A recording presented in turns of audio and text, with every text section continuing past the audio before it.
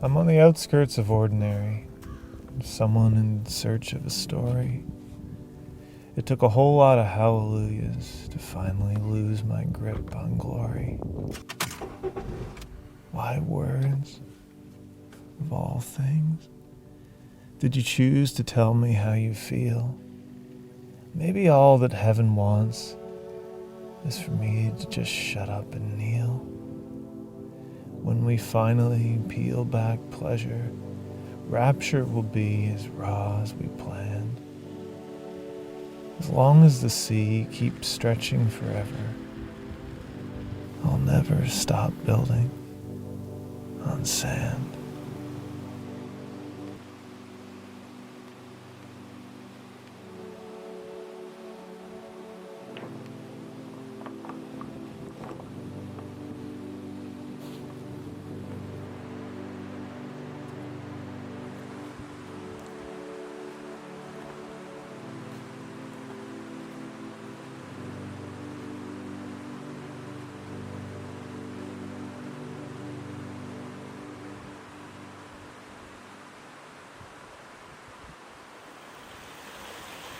My name's Steve Skafte, and I'm a writer and a photographer, and I explore abandoned buildings and old roads and other things I find in nature.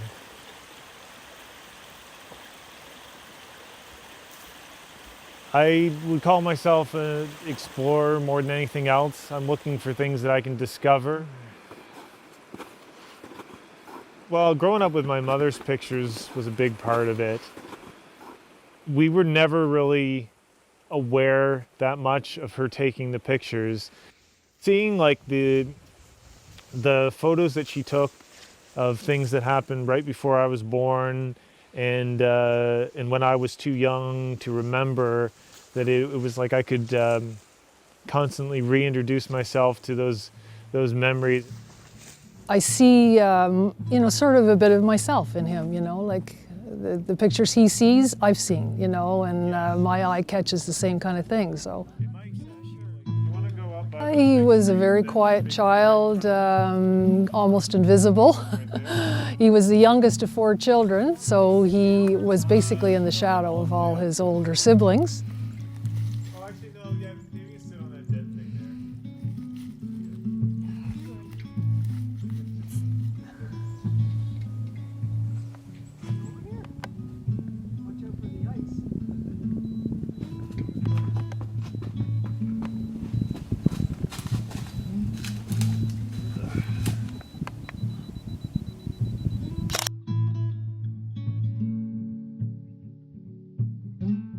In the fall of '92, I would have been 5.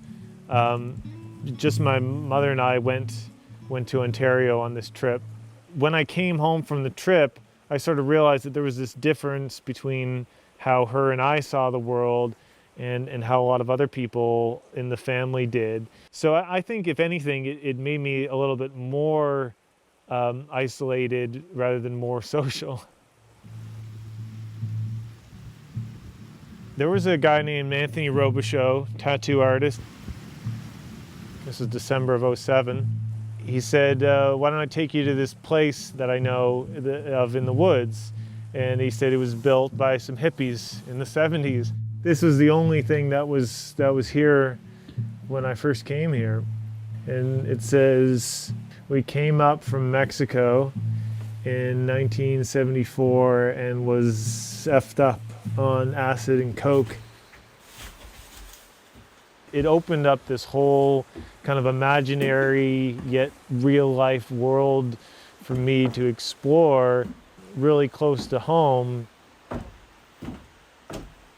I could go to some places in the moonlight or starlight, summer, fall, winter. There could be fog, it could be raining, it could be deep snow. There's so many different personalities that a place can have. They have the personality of the people that built them. It's like houses are people too.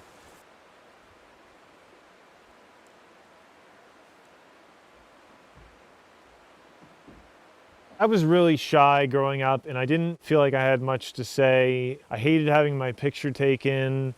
I avoided anything that pointed attention at me. and tried to be invisible.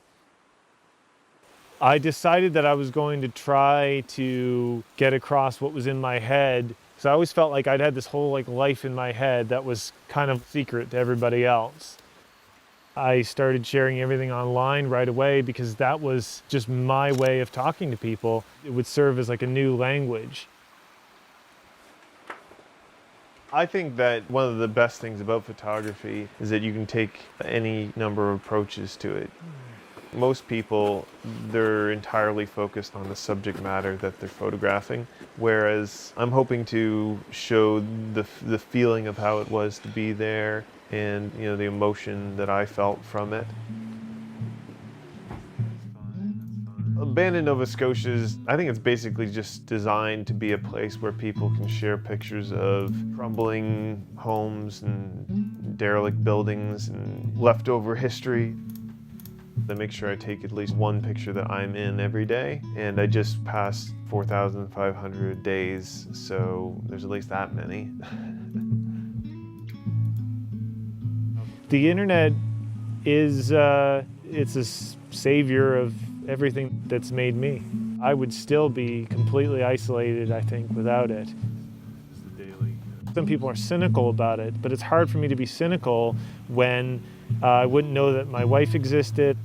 I was posting videos of my poems on YouTube, and she saw one of them. She sent me a message New Year's Day of '09, just over 11 years ago, just to say how much it had meant to her. I never met somebody that was that interested in getting to know me and about my work and had that much personality to offer.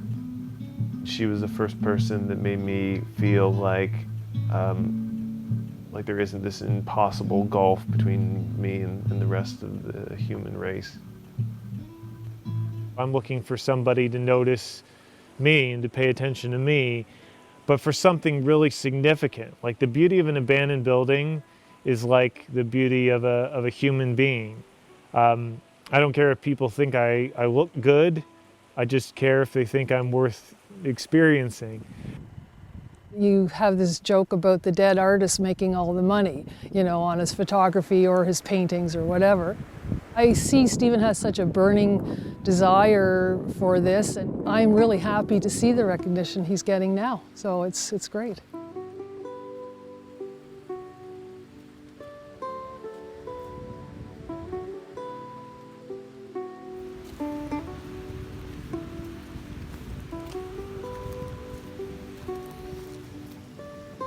I'm the lonest of wolves.